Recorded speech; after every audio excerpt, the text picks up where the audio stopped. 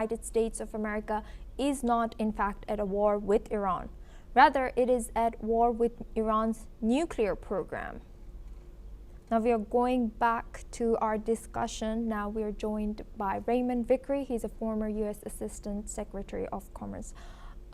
Sir Raymond, what do you think of this statement by J.D. Vance, whereas he's saying that he's not attacking, or U.S. is not attacking Iran for Iran's regime change, but it is for the nuclear facility, which is not the case by the Netanyahu's speech earlier, where he said that they are attacking for their safety and for regime change. Well, thanks very much for having me.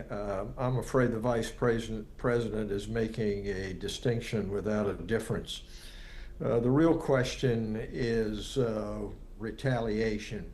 And if retaliation comes, which it seems probable, then the idea that you're simply going to have a one and done strike and get out is out the window. The problem now is that the logic of war has taken over from the logic of peace. And the question is how, under these circumstances, do we get back into a semblance of a rule of law, the kind of approach which has taken place since the UN formation after World War II. At this point, that path is extremely difficult. The gentleman from Iran lays all the blame on the United States. At the same time, his Ayatollah has threatened for over 40 years death to the United States and death to Israel. This is not the logic of peace. This is not the logic of the rule of law. So the question is, how does this happen?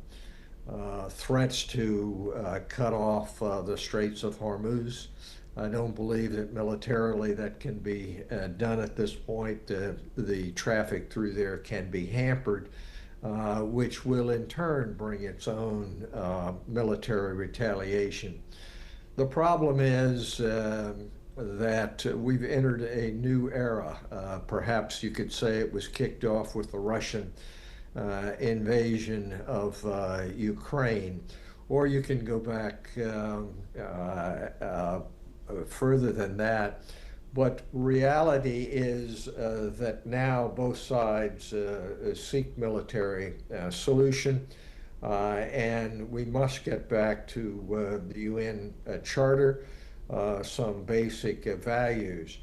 That's going to be very difficult under present circumstances, and what the Vice President is saying is really a pipe dream. It's better than saying, yes, we're going to bomb them into smithereens.